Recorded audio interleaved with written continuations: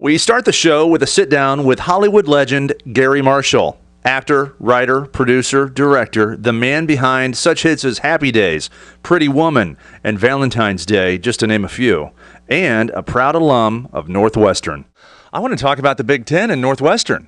Yes, Northwestern gets better and better, but not quite good enough. Now it's going to be the Big 12 or 13, who knows, and they're going to have more trouble. But it's split into two leagues, so now they got Ohio State out of the way, but they got Michigan.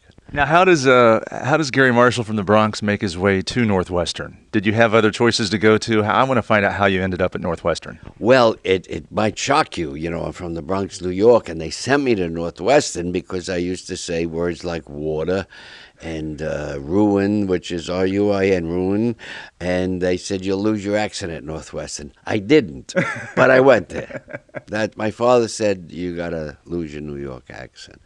Never worked out. When you're out here on the West Coast and the Northwestern Wildcats made it to the Rose Bowl after the 95 season, that was the Rose Bowl of 1996, did you have a great chance to take advantage of being a host to all your old college buddies? Yeah, I have in my own family. I have a party of 8 because my 3 kids all graduated from Northwestern.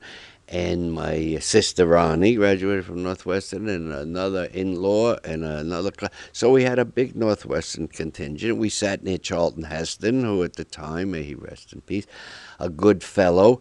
And it was exciting because I might mention, because this is sports, right, sometime, is I was sports editor of the Northwestern newspaper when I was there. And when I was there, we were losing, so there was not much to write about of a serious nature.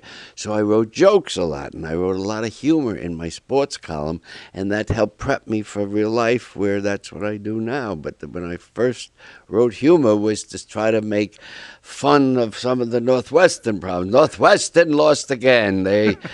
By the time the Star-Spangled Banner is over, Northwestern's behind a touchdown. You know, I did all the jokes. They didn't do. They tried, but they just were not a team. And then Ara Parseghian came in, and then we started winning. But I was graduating. But I remember my days, sports editor at Northwestern, one of the highlights. So to go to the Rose Bowl in 95 with everybody, and Aubrey or something, I forget Autry, he was there, and he went to the Bears. It didn't do as well, but he was great for Northwestern. I still think they won that one call, Keyshawn Johnson. See, it stays in your memory when you're from Northwestern. But we almost beat USC, but it was truly one of the highlights of my life, my son and I rooting together, and my daughters. Now, in one of your recent films, Valentine's Day, there's a scene where there's a guy in a Northwestern sweatshirt. I think it's in the flower shop warehouse, and he turns. It's kind of like how the transition to the scene begins. He turns, the camera's on his sweatshirt, Northwestern. You plant these in your movies? I always try to mention Northwestern in my movie and my show Happy Days. Ron Howard went to Northwestern. He had a Northwestern sweatshirt. I did the Happy Days musical, and the big pennant in the set is a Northwestern pennant. Well, in Happy Days, I went to Purdue. So you had a Purdue pennant in Happy Days as well. We had a few of the local high schools, and but I always try to get it in, and it's just... it's my alma mater, what can I tell you? And when all 3 of my kids graduated from Northwestern, and none of them are in jail. So I figured, good for Northwestern. I'm happy.